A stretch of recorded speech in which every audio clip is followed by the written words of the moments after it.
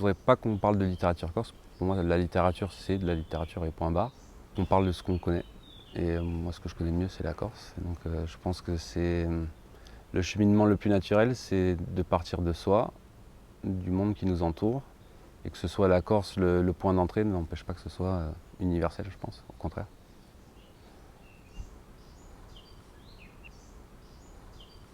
Au départ, l'écriture du roman Cayenne, ce sont des amis à moi qui m'ont donné cette idée. En fait, ils sont des surfeurs qui vivent à l'année en Corse et qui ont une manière d'appréhender le territoire ils ont le don de faire vivre des endroits qui ne vivent que parce qu'ils y sont en fait. Je pense à la montagne, à la mer, à des endroits un peu connus d'eux seuls.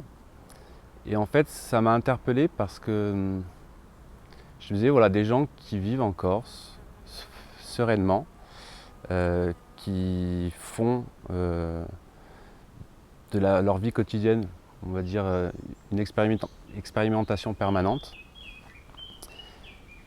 Et je me disais, voilà, c'est tout ce qu'on ne voit pas en Corse en fait.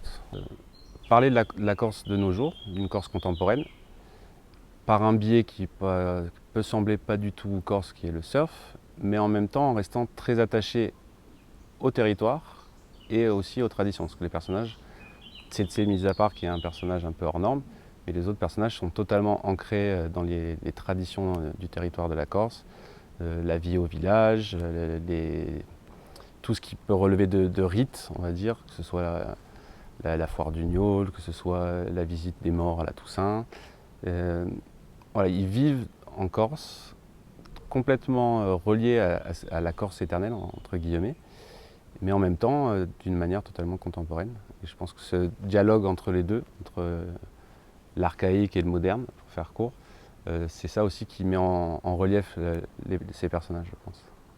L'idée de la structure de livre, c'était voilà, les 4 saisons, comment, suivant les saisons, la relation au territoire se fait. Et tout ça, la narration étant prise en charge par le personnage, on va dire, le plus calme des trois, qui lui va vivre une histoire d'amour durant cette année qui va profondément modifier son rapport aux deux autres. Et il y a une troisième voie qui n'était pas la plus évidente. Je voulais absolument que néanmoins le personnage de Tsetse et de Tito ait aussi voix au chapitre. C'est pour ça qu'il y a des parties qui s'appellent des padiels que j'ai créées, pour que ces trois voix se mêlent dans ces parties. Donc il y a la voix de Tito qui ouvre la padielle.